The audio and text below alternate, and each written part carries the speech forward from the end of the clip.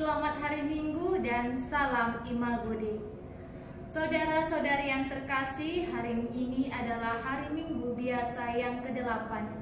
Bacaan yang kita renungkan, bacaan pertama dari kitab Sirat bab 27 ayat 4 sampai dengan 7.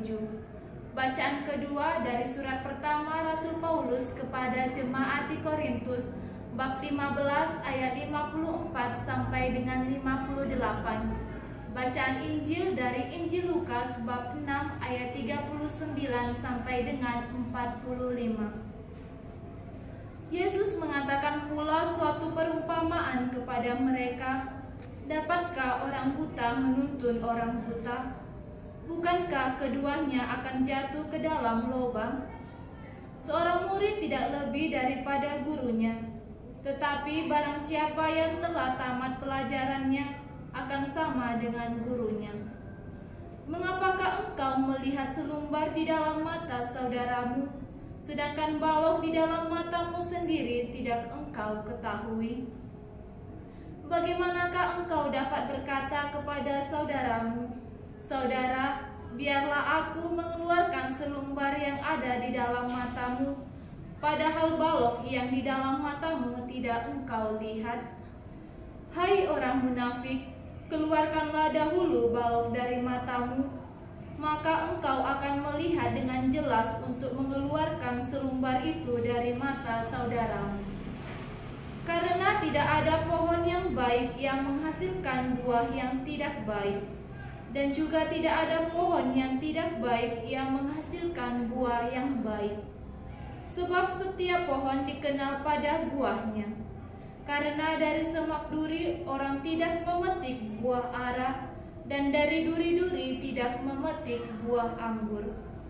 Orang yang baik mengeluarkan barang yang baik dari perbendaharaan hatinya yang baik, dan orang yang jahat mengeluarkan barang yang jahat dari perbendaharaannya yang jahat. Karena yang diucapkan mulutnya meluap dari hatinya." Demikianlah sabda Tuhan. Terpujilah Kristus. Saudara-saudari yang terkasih, bacaan hari ini bercerita tentang kualitas hidup kita sebagai umat Kristen dan bagaimana iman kita harus tercermin dalam hati dan tindakan kita sehari-hari. Bacaan pertama dari kitab Sirat memberikan gambaran yang jelas tentang bagaimana hidup ini menguji hati kita. Hidup kita akan diuji oleh perbuatan dan keputusan kita. Dalam dunia yang penuh godaan dan cobaan ini, kita seringkali dihadapkan pada pilihan antara kebenaran dan kepentingan pribadi, antara kasih dan kebencian, antara ketulusan dan kemunafikan. Kitab Sirat mengajarkan kita bahwa apa yang kita lakukan adalah cerminan dari hati kita. Hati yang murni akan menghasilkan perbuatan yang baik, sedangkan hati yang tercemar akan menghasilkan buah yang buruk. Kita mungkin tidak bisa mengontrol sepenuhnya situasi di luar diri kita, tetapi kita memiliki kendali penuh atas sikap dan keputusan kita. Jika hati kita penuh dengan kasih Tuhan dan berfokus pada kebenarannya, maka perbuatan kita akan mencerminkan hal itu. Dan dalam bacaan kedua yang diambil dari surat Rasul Paulus kepada jemaat di Korintus, berbicara tentang kebangkitan Kristus yang membawa kemenangan atas kematian. Kristus adalah inti dari iman kita.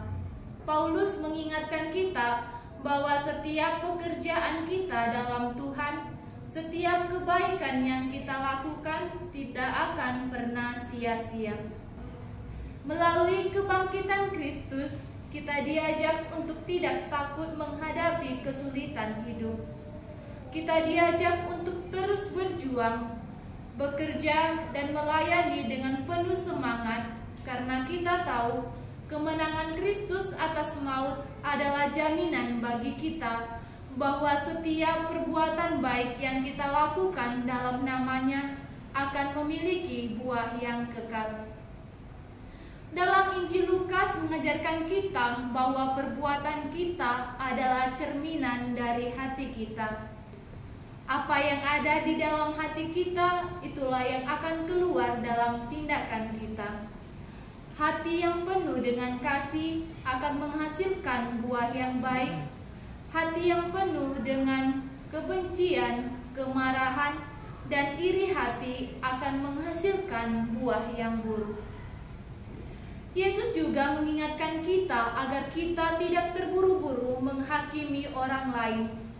Dalam perumpamaan tentang serpihan kayu di mata saudara kita dan balok di mata kita, Yesus mengajak kita untuk introspeksi diri.